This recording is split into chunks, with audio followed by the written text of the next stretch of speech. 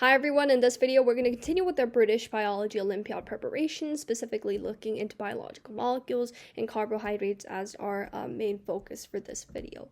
Now, I do have a part 1 video on carbohydrates for this series, so please do check that out, as a lot of the content that we are going to cover in this video requires prerequisite knowledge explained in that video, so please do check that out. Now, proceeding into the content. Now, up to this point, I think it's very essential to reset a sort of common misconception that you would have carried forth from earlier chemistry or biology courses.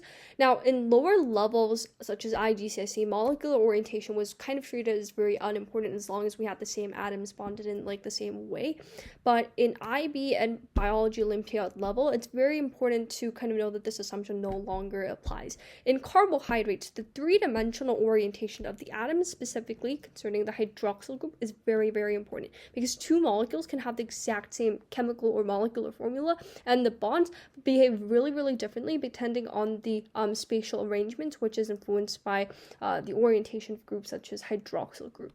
Now, this distinction, I think, is particularly prominent in the examples of the alpha glucose and the beta glucose, wherein we have difference in orientation of the hydroxyl, the OH group, which is attached to carbon 1. And this difference is very, very important because it determines the shape of the polymers that are formed, whether the formed chains are flexible or rigid, and whether the molecule is going to function as an energy storage or a structural support molecule. So it's very important to know that the orientation or 3D sort of spatial arrangement of the atoms very, very much matter in the context of deciding or determining functions and properties of polymers. Right, next we will be looking into the skeletal or shorthand formulas and structures which are used to represent organic molecules much more efficiently. Now, in the skeletal structure, the carbon-to-carbon bonds are represented as straight lines, as you can see. The carbon symbols themselves are omitted, and the number of bonds are indicated by the number of lines. So one line is used for a single bond, 2 lines represent a double bond, and 3 lines represent a triple bond. Other elements beside carbon, such as oxygen, nitrogen, and hydrogen, they're shown explicitly. However, in the context of CH bonds, wherein hydrogen is bonded to carbon atoms, this is kind of omitted in the sense that it can be really just inferred from carbon's bonding capacity. So if we were to look at this specific diagram, we can see that there are CH bonds, but they are omitted, and that carbon, the element symbol itself, has been completely omitted, represented as straight lines. Now, this notation, I think, is particularly important for carbohydrates, where drawing every single atom would definitely obscure seeing the underlying structure, especially in the context of when we are trying to draw cyclic rings. Right.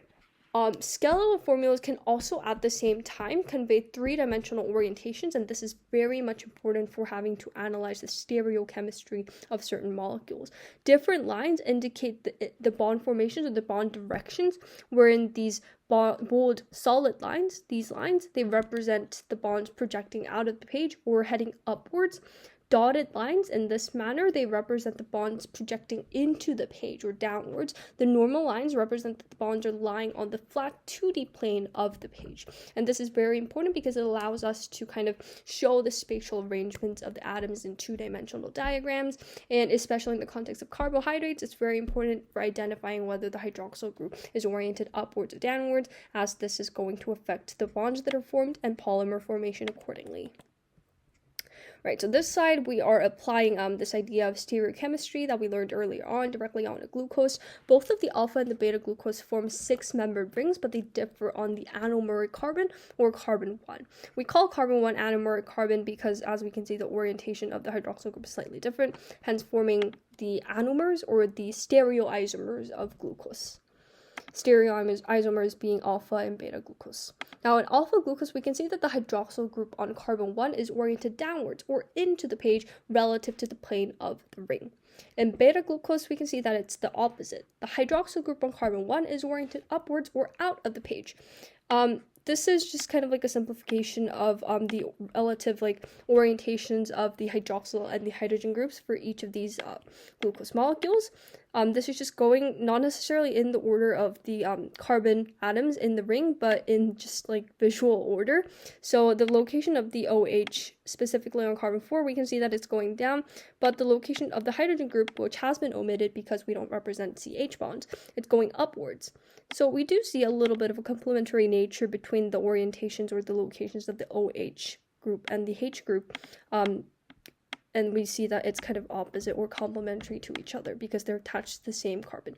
And again, this has to do with like the molecular geometry and the electron geometry of each of these bonds. But again, that is a lesson for another video.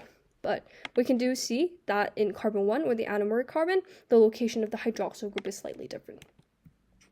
Next, we are going to look at galactose and fructose, which are hexose monosaccharides, and they differ from glucose in both their structure and functional groups that are present.